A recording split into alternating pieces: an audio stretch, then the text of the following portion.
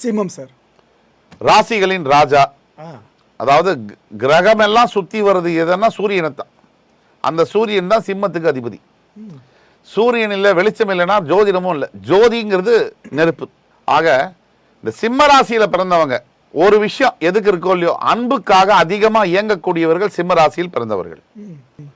ஒருத்தரை விரும்புறாங்கன்னா உண்மையா விரும்புவாங்க. அவங்களால பொய்யா விரும்ப முடியாது. அந்த நேரத்துக்கு உண்மையா விரும்புவாங்க. அதை தவிர அவங்களுடைய விஷயம் என்னன்னா, அம்மா கிட்ட இருந்து எதிர்பார்த்த அன்பை எல்லார்ட்டையும் எதிர்பார்க்கறது தான் மிகப்பெரிய குறை. எல்லார்கிட்ட இருந்து அவங்களுக்கு அந்த அன்பு கிடைக்காது. சிம்மராசியை பொறுத்த வரைக்கும் பிடிவாதம் உச்ச கொட்டத்தில் இருக்கும். தன்னம்பிக்கை அதை விட பெருசா இருக்கும். ஒரு 5000 அடி குழி தோண்டி நீங்க பதிச்சாலும் 50,000 அடி மேல ஜெயிக்கக்கூடிய ஒரே ராசி சிம்ம ராசி. அதே மாதிரி கடைசியா சொல்லக்கூடியது, எல்லாரையும் நம்பி வெளுத்ததெல்லாம் பாலுன்னு உடனே நம்பிடுவாங்க சிம்ம ராசி.